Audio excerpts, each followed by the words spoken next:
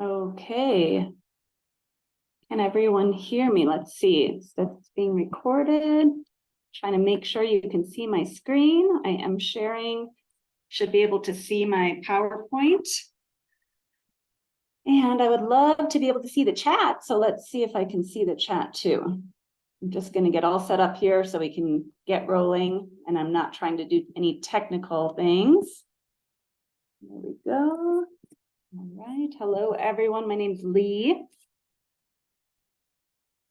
And okay, now I can see the chat. Awesome. Can someone tell me if you can see a PowerPoint presentation that says Lee Pera and it has a picture of me on it? And can you see? Awesome. And can you see me talking or not? I'm just curious.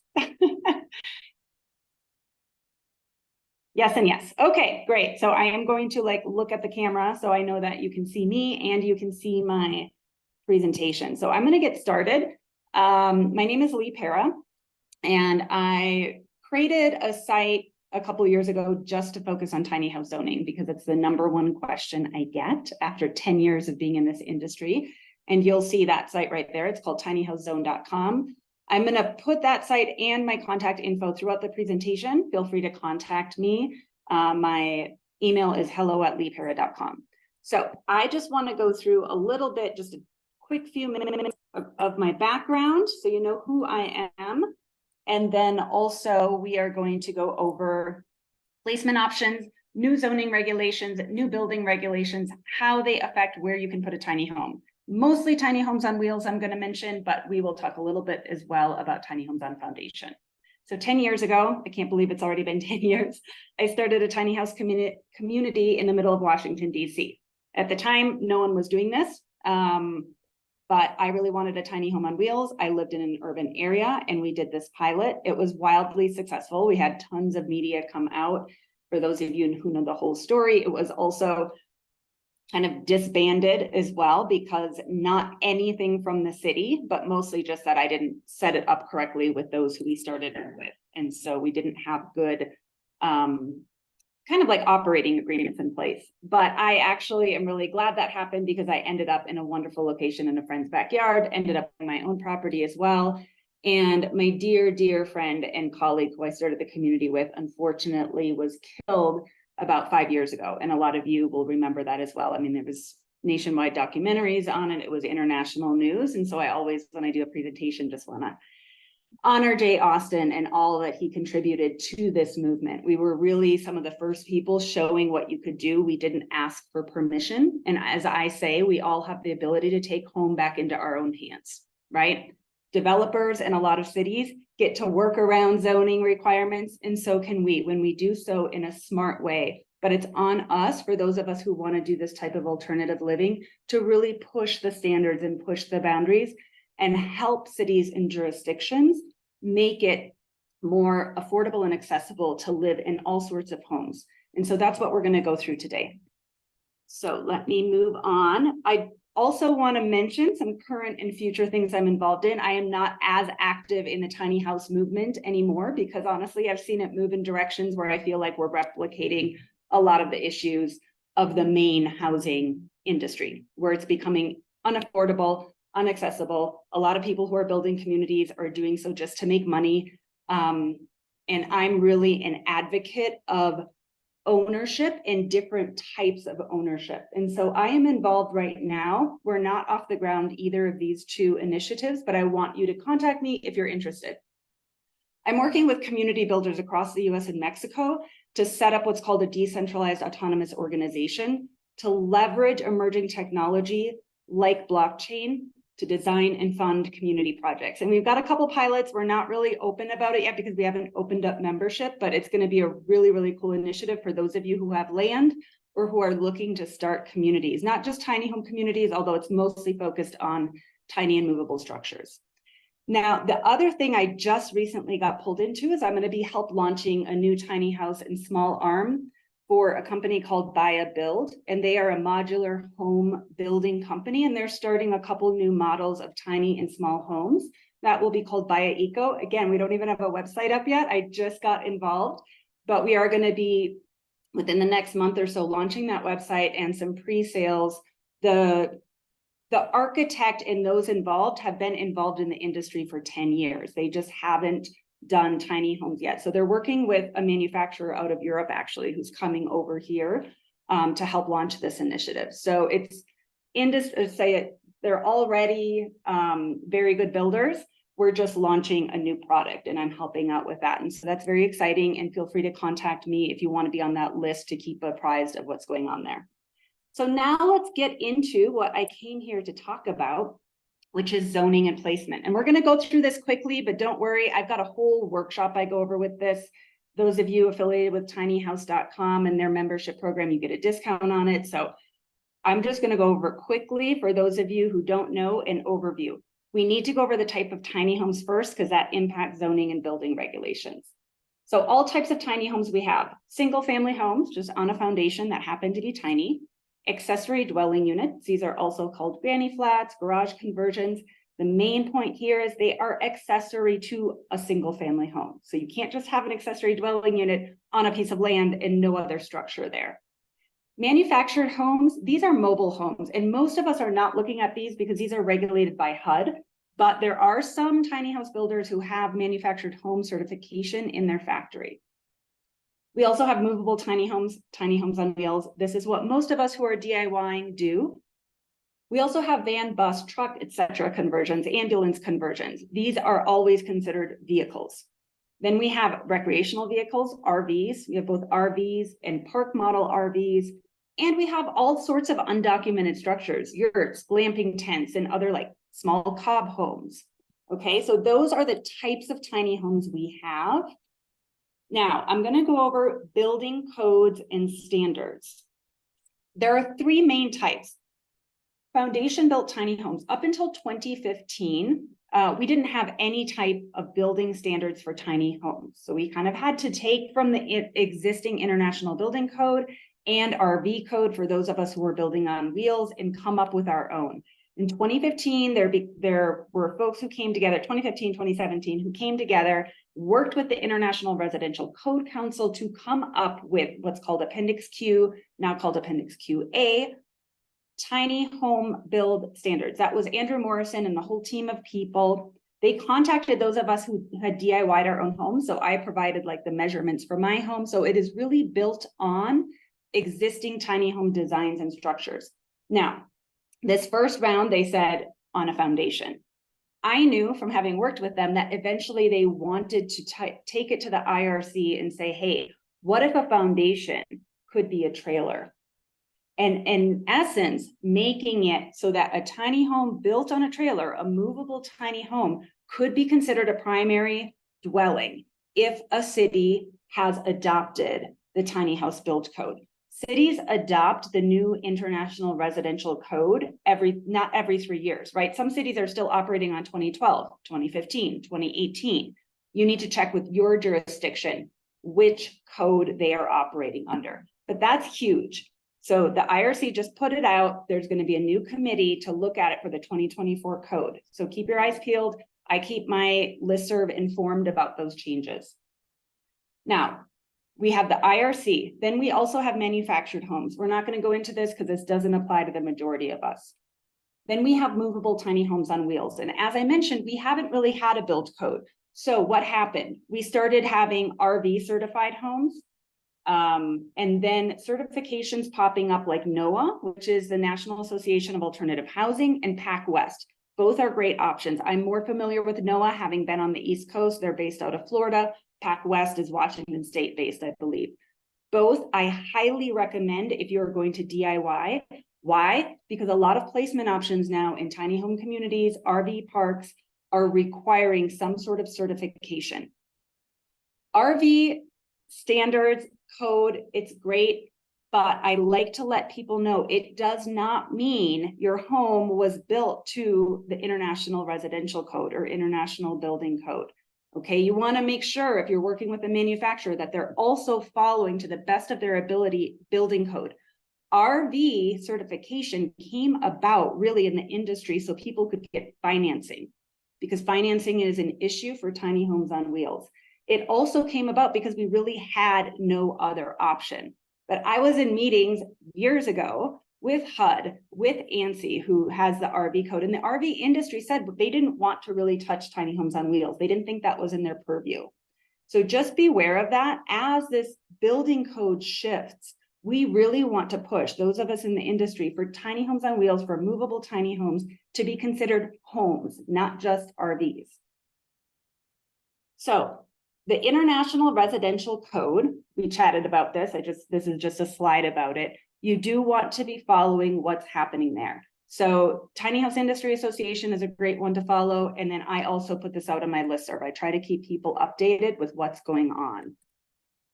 I talked about the self-certification programs. These are great. I think for a DIY builder, it's $500 or $1,000, and they take video, like you submit videos to them and you get an actual certification that your home was built to the standards. So it's going to open up a lot more location options for you.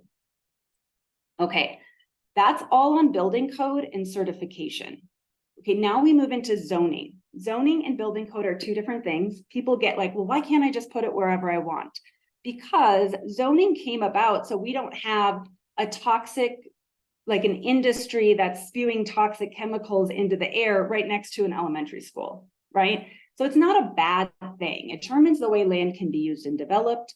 It sets limits for the density of structures on a certain property and also for size. It is set at a local level and it varies a lot among jurisdictions. Zoning has also disenfranchised many communities though, right? When we hear about redlining. So I am a big advocate of pushing for more accessible zoning policies in your jurisdiction. And this, unfortunately, requires us as advocates. For those of us who want to live this lifestyle, it is on us to educate our jurisdictions. Okay, so movable tiny homes. They are built like any other home. If we're following building code, which hopefully we or our builders are, they are actually built like a regular home. They just happen to be on a trailer. But what happens in zoning? They get classified by default as an RV because most jurisdictions up until now haven't had any sort of formal designation. So they can't consider them a home when we don't have building code for them. So it's this chicken and egg thing. And so in a lot of jurisdictions, they are still considered an RV or a travel trailer. And that, oh, okay, before I get to that, but things are changing, right? So some cities, especially in the state of California, where there was an affordable housing mandate put in place in 2015, a lot of jurisdictions all of a sudden had to increase their affordable housing units. An easy way to do so was to say, any city that allows accessory dwelling units, we can allow a tiny home on wheels to be considered an accessory dwelling unit. Win-win. Tiny home on wheels owner gets a place to park it, and the city gets to count that unit as an affordable housing unit. So that's one thing that's been happening nationwide over the past few years. We have states like Maine who basically said, not only can it be an accessory dwelling unit, we're going to allow a movable tiny home to be a primary residence. And this is why that 2014, the new build code going into the future, and the committee that's being formed to address it, if they can convince the International Residential Council to allow a type of trailer as a foundation, then theoretically, any jurisdiction who has adopted that Appendix QA tiny home build code, then automatically, if it's on a trailer, you would be considered a primary residence. And that is huge for the industry. So zoning tips. Okay, good. I still have 15 minutes. I can maybe slow down just a little bit. If you're looking to rent land or backyard space for your movable tiny home, you want to look at a couple things. Is the jurisdiction where you're looking at, do they allow accessory dwelling units? If they do, then you want to see number 2, do they allow movable tiny homes to be considered accessory dwelling units? If they do, awesome. Now you just need to find a place to park your tiny home, a land to rent. Now, there's only a few jurisdictions nationwide which currently allow movable tiny homes as primary residences. But if that is the case, then it's even easier for you. However, the majority of the country, this is not the case. So we're going to look at if your jurisdiction does not allow accessory dwelling units or does not allow movable tiny homes to be considered accessory dwelling units, then what can you do? You want to check if you're looking in a city, right? We're not talking right now about rural, non-restricted areas. You want to see if you can park a travel trailer on private property, an RV. And I go over this in my course. I show you different websites where you can go and do this, the search options to use, how to interpret the results, because sometimes they're kind of vague. If so, what do the regulations say about inhabiting it? Most jurisdictions are going to say something like no more than 6 months out of the year, no more than 10 days out of the month, something like that. And then you just have to be willing to live in the gray zone. And there are many, many ways to do this.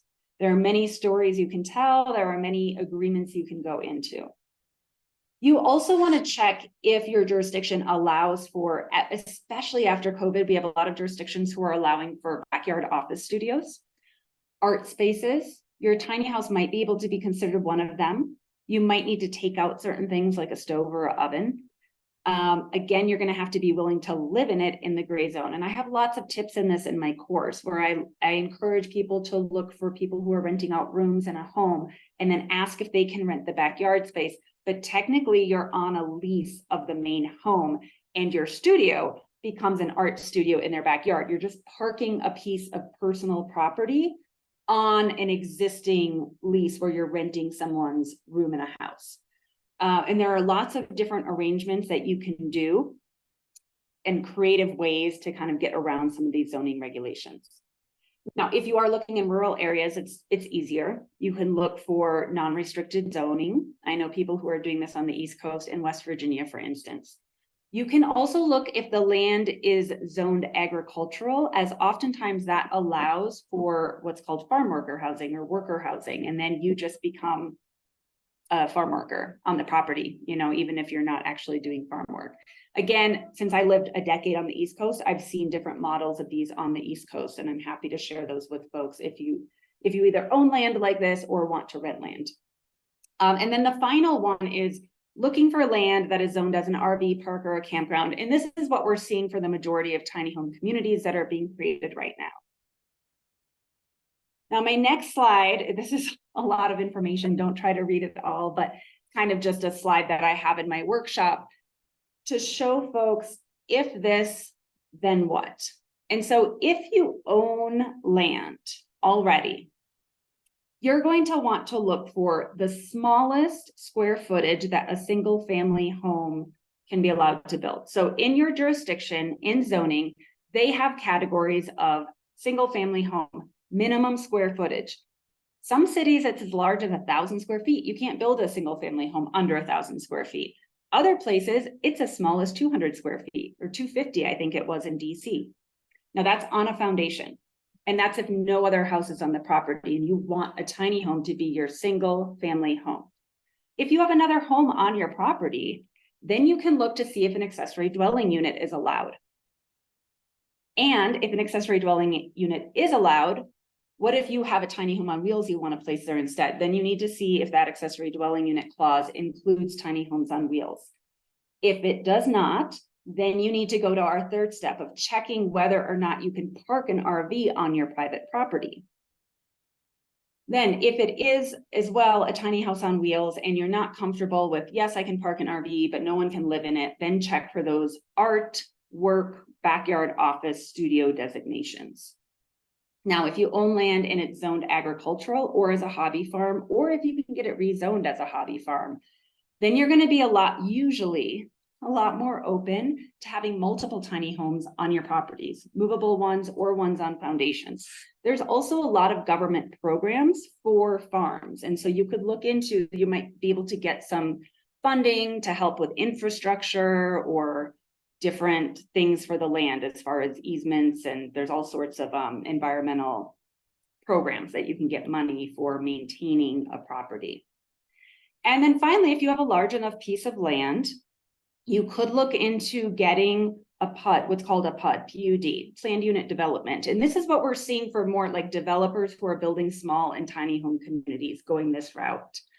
You could also see about getting it zoned as an RV or a campground. For those of you familiar with the Tiny House Hotel that's out in Portland, that's what Cole Peterson did. It was actually zoned as a campground. That's how he was able to put all of those tiny homes in the middle of a city and get it classified as a boutique hotel. There's also some examples of this on the East Coast of getting a piece of land classified as a boutique hotel. Now, usually that's going to mean shorter term rentals, less than 30 days. But if you're trying to start a short-term rental community, that's also an option. Okay, so that's kind of my fire hose of information for you. I'm going to check the chat. If you all have any questions, I can continue talking, but I want to make sure that I'm addressing some of the questions. Elizabeth, lucky enough to speak the state legislature in Maine when they were considering adopting the tiny house legislation. It was great stating the impact that legalization would have on people like me. Excellent, yes. What tips do you have for when someone makes a movable tiny home in one state but want to move it to another state? Yeah, that's a great question. I mean, I think I'm just going to put my contact info up there so y'all can copy that down. That's a great question, and it's why a lot of us do tiny homes on wheels, right? So for instance, just in my case, I had mine parked on an alley lot in DC that was not designated at the time as a buildable lot. But we were able to park our tiny homes there because they were considered RVs, but we could not live in them full time. I then moved my home to a friend's backyard where I did live in it full time, but I was on the lease of the main house. Then I bought a home and I had my tiny house parked in my yard, again, as a travel trailer RV, very kind of in the gray area of zoning. I know so many people who do this in a city, and I always encourage people to just go ahead and obviously take your precautions. But when you really get involved and you see how many people are doing this in backyards, then if anything should happen, if any neighbors should complain or bring it to the city, then what you say is, look, you don't want to rat people out, but you can. I knew the illegal developments that were happening, like when developers were building 7 stories instead of 5 in my neighborhood. Once you address that, then come talk to me. I also knew all the other tiny house folks. So we could band together and say, okay, if you want to do this, let's actually create some legislation. You're not going to kick us all out. So it's really like strength in numbers and knowing what you're doing and really, really knowing all the ins and outs. And that's what I teach in my course, all of these tips and tricks and how to basically safely and, in my opinion, legally live in your tiny home, even when it's in the gray area of zoning. It is not illegal. Nothing in most zoning codes says you can't live in a tiny home. It just, you can't live in an RV, but our tiny homes RVs, right? We are in a gray area. And so I always like to stress that. So tips for moving from one state to another. I then sold my house last year and I moved it to a friend's farm in Pennsylvania that has unrestricted zoning. So you can see in no case of mine have I been limited by the fact that zoning doesn't say a tiny home on wheels can be a permanent residence. I've always been able to find places. It takes getting creative. So if you're the type of person you want to follow the rules 100%, you are going to be more limited. You'll have to look for a tiny house community, or you'll have to look for a jurisdiction that allows movable tiny homes as a permanent residence or as an ADU, and start looking for backyard places. And I have a whole section in the workshop that goes over how to do that using Google Maps, using different websites. It's a little bit too long to get into in this presentation, but it's going to take more work on you to do that research in advance, but it's totally doable. I've seen people move with their tiny homes crisscross the country. Again, that's what I love about this movement. When we get involved, we have a whole network of people. I've rarely had to even pay for a place to park my tiny house. Let's see, what else? What are the base costs for the upcoming buy a build homes? It's gonna, for the 180 square foot model, we're trying to keep it at 50K or under. So this is a building company that uses technology to really keep the cost low. And it's really actually really nice materials as well. They're coming out of Europe. The designer is from Estonia and has 18 years in the tiny and compact home industry.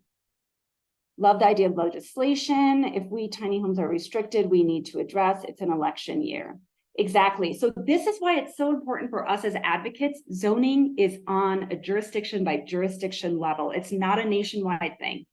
So that's why it's important for all of us, regardless of where we are, to really be working with our communities, our local officials. And I've got a lot of resources around this. We've had meetings over the past years and the Tiny House Industry Association does as well. If you want to advocate for tiny homes in your area, contact them, contact me, we'll get you set up. Zoning and regulations in California are very different, exactly. Cannot build a yurt in my city as a long-term residence. In the country, you can, absolutely. Cities are harder, right? Because it's a little more stringent. Is this changing in other states? I can't say specifically for yurts because most people using yurts are doing so kind of off-grid and with unrestricted zoning.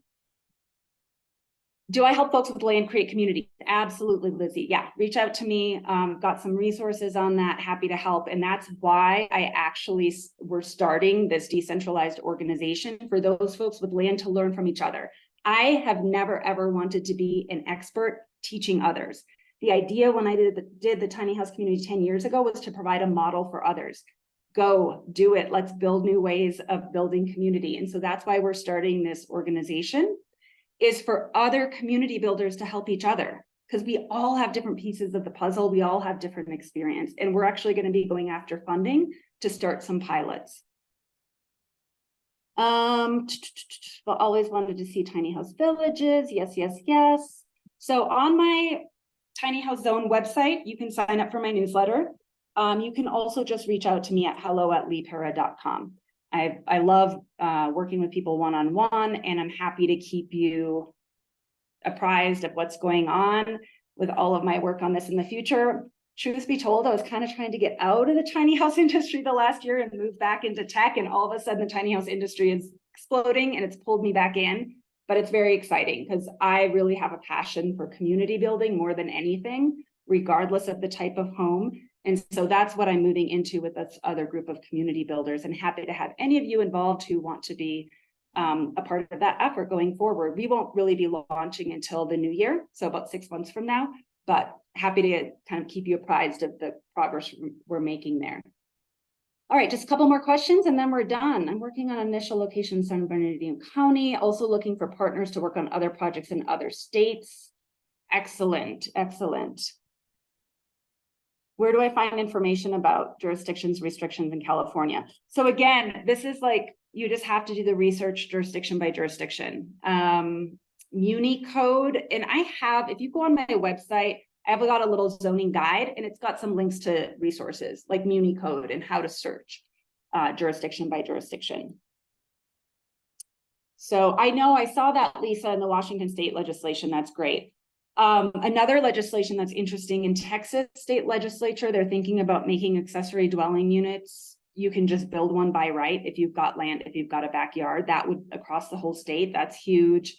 Thanks, Ivan Workman. If folks are interested in coordinating in California, I'm going to copy and paste your email as well. Definitely want to build a community in Virginia. URL does not work on my computer. Okay, let me type them in here. And we are at time, y'all. Thank you so much. I really enjoyed sharing this presentation with you, and feel free to reach out to me. And yeah, let's get out there and advocate for this style of living and just make it easier and easier for folks. Have a great Friday.